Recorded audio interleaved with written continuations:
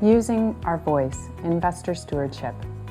An important step that Indigenous investors can take to help align their investments with their values is to use their voices as shareholders to influence the behavior and practices of companies or other entities in their portfolio. Like maybe you want to own the Bank of Montreal, and maybe you want to be at the table as a shareholder and you want to talk about how they treat Indigenous people. Like maybe that's something you're comfortable saying, I'm okay owning it, but I'm going to have a voice at the table because I'm a shareholder. That's a different way of thinking than just saying, let's take our money away from everybody that's harmful. In our new guide on investing for today, tomorrow, and future generations, we outline some steps that Indigenous investors can take to get started. For example, one step you might take is to look into how your voting rights are being executed. Most common stock carries the right to vote at shareholder meetings, and these voting rights are valuable assets.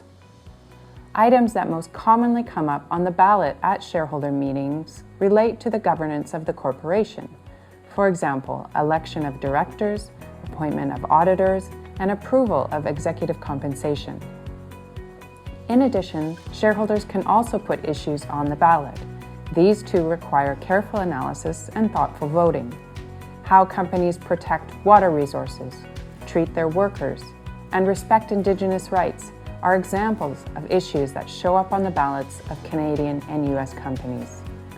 Typically, proxy voting is delegated to asset managers. As such, the job of trustee boards is to provide effective guidance and oversight.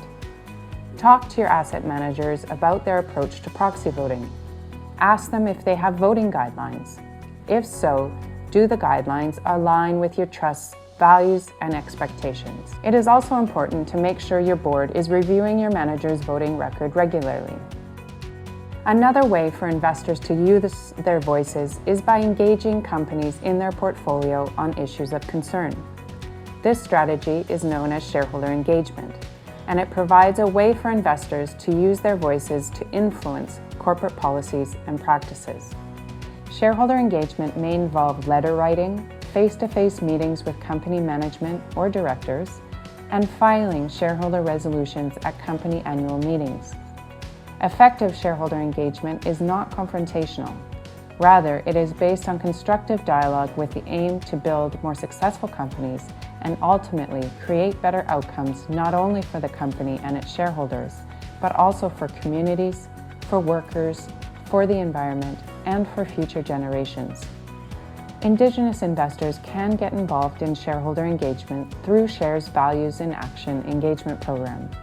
This program allows you to join with other investors, including other Indigenous trusts, and, with the support of SHARE's team, talk to companies in your portfolio about issues that matter to you and your community.